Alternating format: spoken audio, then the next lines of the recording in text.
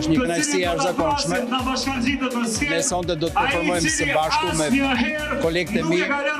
Në karnaval në Golden Eagle nuk ka si me mungu i madhe Selami Kolonja që e ka për vetës këto. Përshëndetje. Përshëndetje, faleminderit për intervistën. Lartësimet pas në intervistë. Faleminderit. Unë intervistat i kam të ralla, po më kapët, më zut në skapë.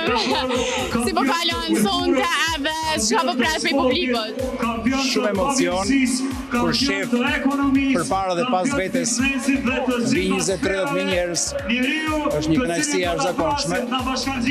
Ne sonte do të performojmë së bashku me kolegët e mi, Elisha Qirin, Kasrio Tusha, Nikolit Prela, Enkeleda Arifi. Do të performojmë këngët tona të përbashkëta, të cilat i kemi dhe kemi pritur me shumë kënaqësi këtë ftesë.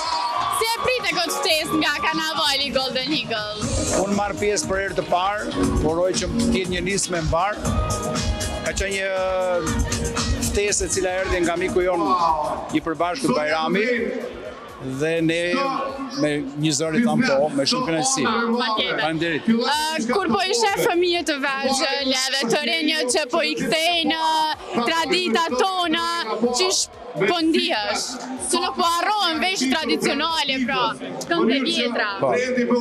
Ajo është misioni i njerëzve dhe duhet të jetë misioni i njerëzve të biznesit. Për shkak se njerëzit e biznesit që fitojnë nga konsumatorët duhet të kthejnë tek ai kulturë dhe të nxisin pse jo gjeneratat e reja për ruajtjen e kulturës dhe traditës tonë kombëtare.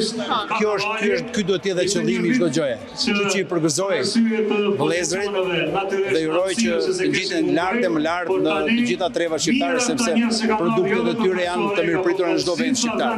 Po të pës pak edhe për projektet e reja. A kemi projekte nga Selami Kolonja këtë vend?